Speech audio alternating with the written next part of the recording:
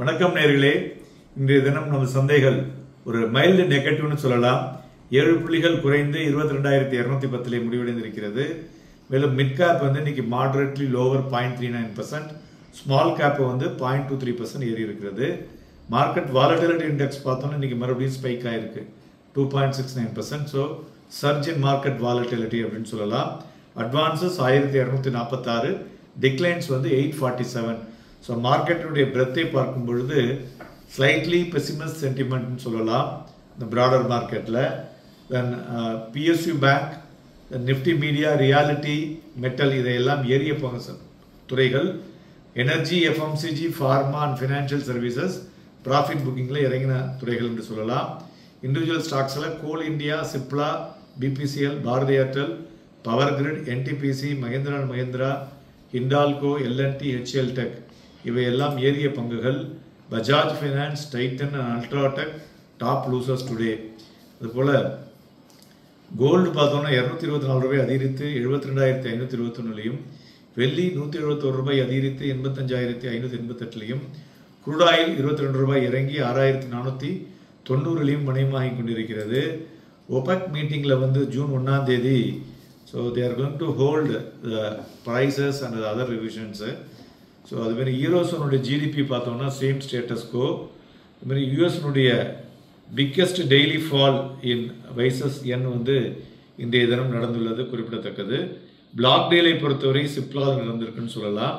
மேலும் Fitch rating என்ன சொல்லியிருக்காங்கனாக்க, so மெயினாக வந்து இந்தியாவில் வந்து ஒரு ஒரு ப்ரெஷர் ஃப்ரம் இந்த ப்ரீவியஸ் கிரெடிட் ரேட்டிங் சைக்கிள் இருந்தது, சப்சிடைஸ் ஆகிருக்கு.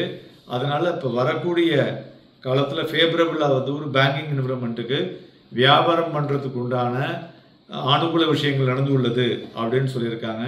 அதனால் பேங்கிங் செக்டாருக்கு இது வந்து ஒரு பாசிட்டிவ் நியூஸ் என்று சொல்லலாம்.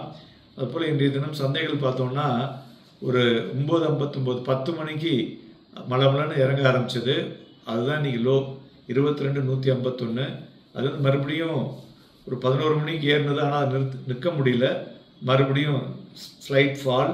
ஸோ ஒரு கம்ப்ளீட் வந்து ஒரு வாலட்டைல் மூவ்லையும் ரொம்ப மைல்டு ரேட்டில் அந்த அப்ஸ் அண்ட் டவுன்ஸ் இருந்ததுன்னு சொல்லலாம். இது வந்து சொல்லுவோம் இல்லையா, ஏதர் அக்யூமுலேஷன் ஆர் டிஸ்ட்ரிபியூஷன் மோடில் இன்றைய தினம் மார்க்கெட் முடிவடைஞ்சிருக்கு. இன்றைய தினம் ஹை பார்த்தோன்னா 22,297.55, லோ பார்த்தோன்னா 22,151. So whether it is accumulation or distribution, நமக்கு நாளைக்கு வந்து ஒரு பெட்டர் கிளாரிட்டி கிடைக்கக்கூடிய வாய்ப்புகள் இருக்கிறது. அதுபோல் ஃபியூச்சரில் ஆவரேஜ் வால்யூம் தான் நடந்திருக்கு.